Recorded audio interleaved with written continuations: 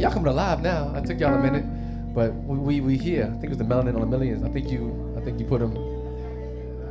I think you did it. All right, so next, give it for the band. First of all, give it for the band up here on stage doing their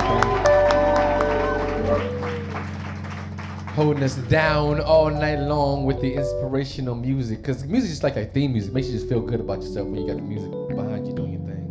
So next to the stage, make some noise for Adam B. Y'all make some noise for Adam B. Coming to the stage here at the Poetry Cafe. Hey, hey, hey. How you beautiful people doing?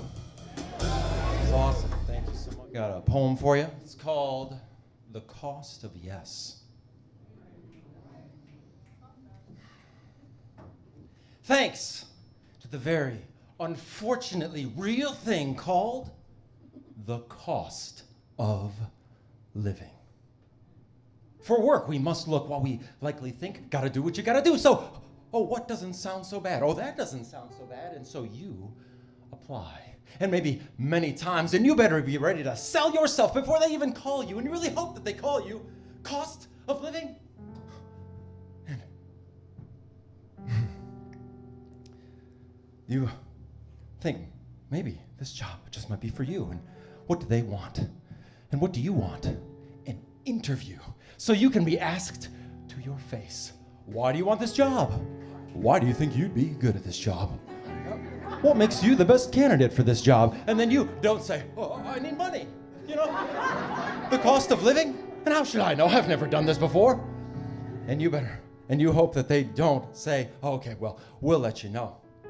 Hopefully they offer you that job that still sounds pretty good, better than your situation now. And if they do, wow, you're super stoked and crazy grateful, like you've just won the freaking lotto. And you actually can't help but look forward to things like clocking in, orientation, going a little above and beyond, and figuring it all out. But if you're not careful to remain crazy grateful, yeah, how long before you're complaining among the others, doing just enough to not get fired and watching the clock, counting the minutes and the hours because you just can't wait to get off work or do what?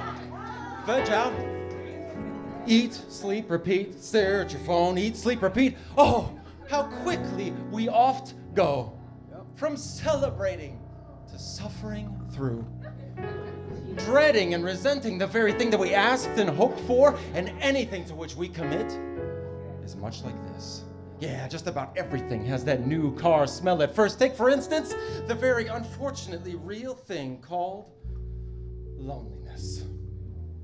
Moving us to look and think, oh, who's that? Or who's next?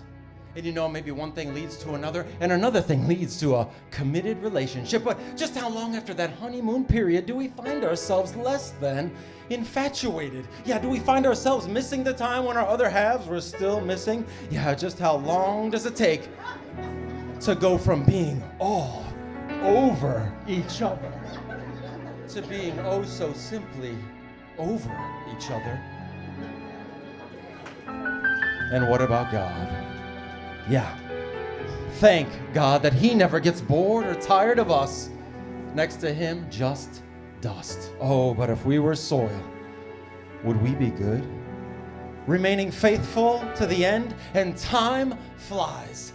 Whether we're rejoicing always or not, giving thanks in all circumstances or not, and it's always over before we know it, so don't get caught watching the calendar or the clock.